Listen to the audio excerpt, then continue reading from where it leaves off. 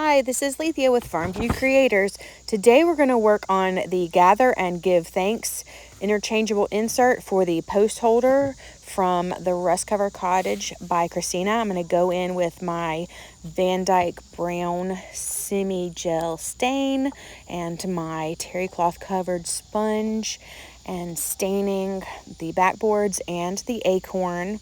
I am going to quickly give it a good dry. Notice I go over it until I have it, the gel glaze smoothed out and even and not streaky. I'm going to hit the back side of that hanging main piece because in my home you can see the front and the back side of that piece.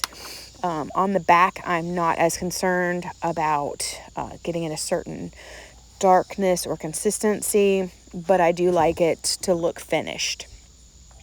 Then I'm going to get my sticky board and place my pieces on these pieces with the scored lines.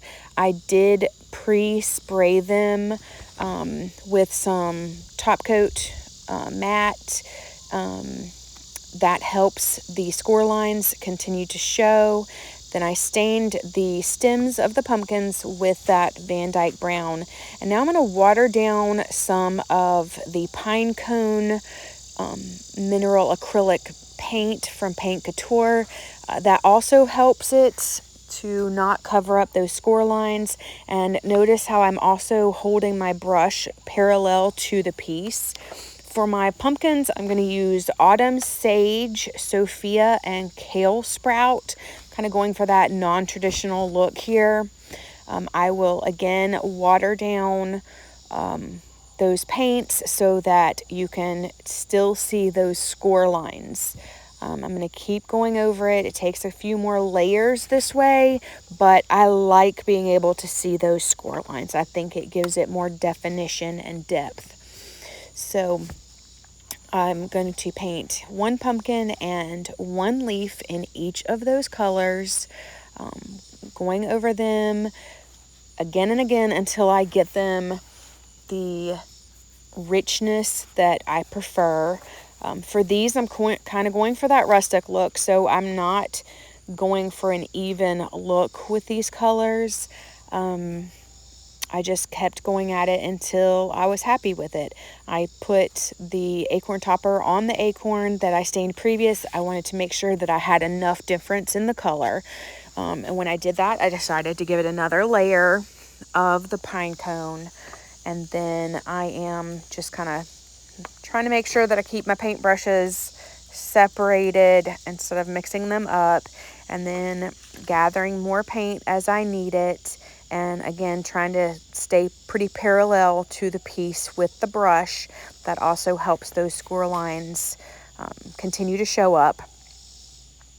And just hitting and adding more water and more paint as I go until I get them the depth that I want. I really wanted to make sure that I was covering up the little bit of stain that kind of went into the pumpkin shape when I stained the stems.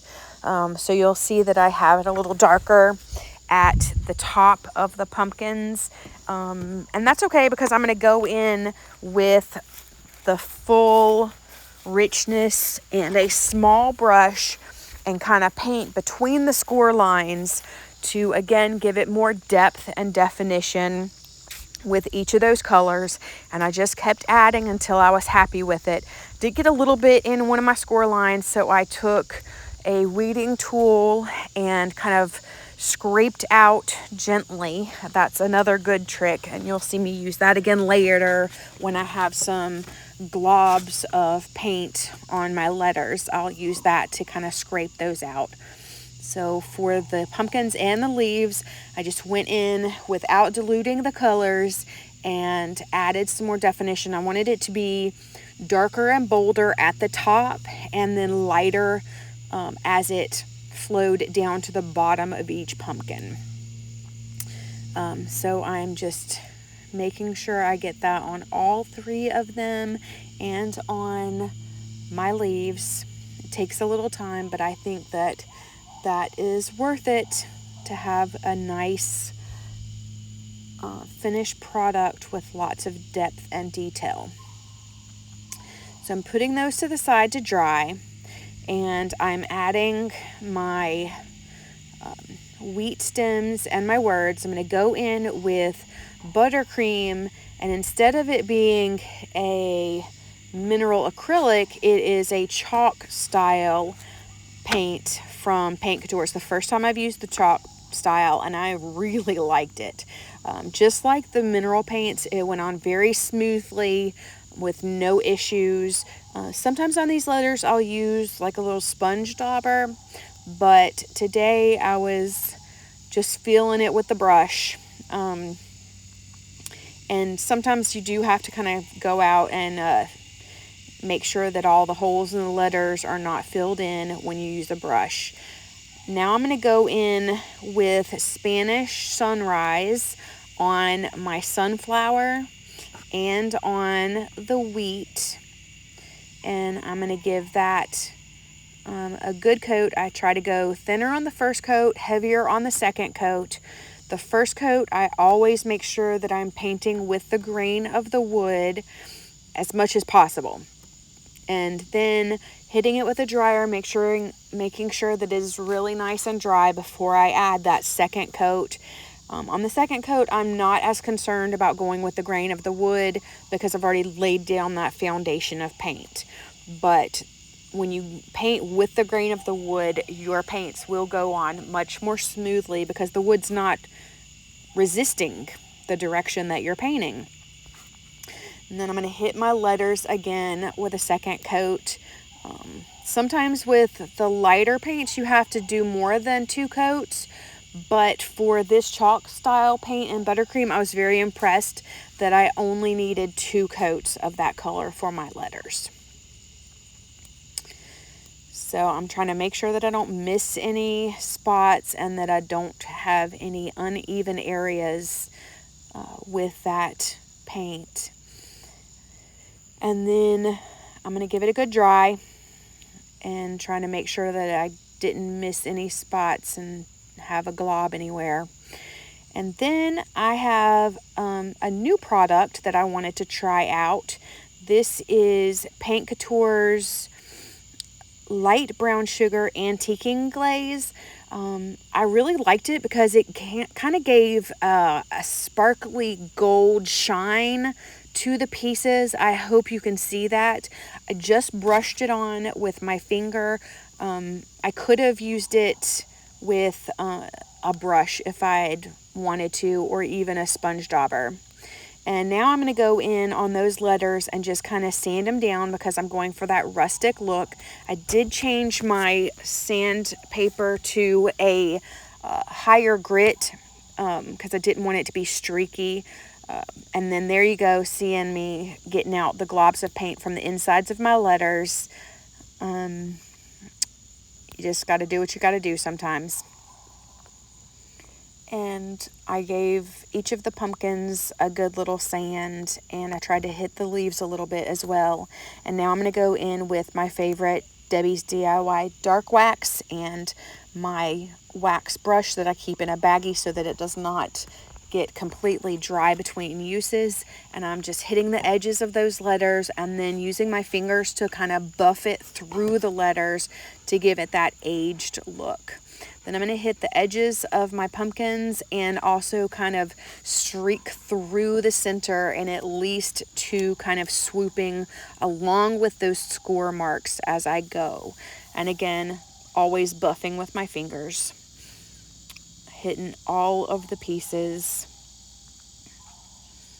those leaves and the acorn topper. I love those score lines in that acorn topper. I really did like how the brown sugar antiquing glaze looked on top of that yellow. It was just really pretty. I'm very impressed with how it turned out. And then now I'm hitting all of the stained pieces and also running through the backboard just to give it a little more definition, going around the edges of the frame as well. And Then it's time to put my top coat on, and y'all know that I love Paint Couture's Dead Flat top coat. It takes away all of the shine. The sparkles from the light brown sugar antiquing glaze will still show through, but any like, you know, glossy shine from any paints or anything is going to be muted with this top coat. And I just love a matte look, so it's perfect for me. But I'm hitting all the pieces with a good layer of it, including the frame and the backing pieces. A lot of times I'll keep it on my sticky board to do this. Today I just didn't feel like getting it back out. So, plus it was kind of losing its sticky by that point because I did use it for a previous craft. Then I'm going to give all of that a good dry. I do want to make sure that it is thoroughly dry before I glue any pieces down to it. So I really made sure that I had it very dry with that one. I do use the lower heat setting on my heat tool. I am going in with my favorite art glitter glue. I love how precise the tip is and that it dries clear and adheres very well, and it does not make your finger sticky. That is the main selling point for me because I am a messy crafter. Here I'm really trying to make sure that I get my sunflower positioned correctly so that that bottom bar will fit into my signpost stand, because it has a slot for that bar so that that piece will stand up, and you don't want to get anything to interfere with that. And then I'm getting my frame placed and deciding where I want my sprigs of wheat, and then lining up my words and positioning them between the wheat and just kind of wiggling them around until I liked how they looked. And then I'm going to glue both of my pieces of wheat down first. That way I can then work on centering the words in between them. And that worked well this time. Again, I love this glue because it does not make my finger sticky. A lot of the other glues, especially Stick Fast and I have a love-hate relationship. I love how fast it sticks, but I always get it all over my hands, and then it takes forever for me to get it off. Now I'm positioning my pumpkins on the little side piece for the signpost and deciding where I want the leaves. I wasn't sure exactly where I wanted to put each one, so I kind of played around with that till I liked how it looked, and then got those glued down. Wanted to make sure they weren't hanging off the edges of that piece. And there we have the finished product in my signpost. I hope that you have enjoyed this video. If you have, be sure to subscribe. Thanks.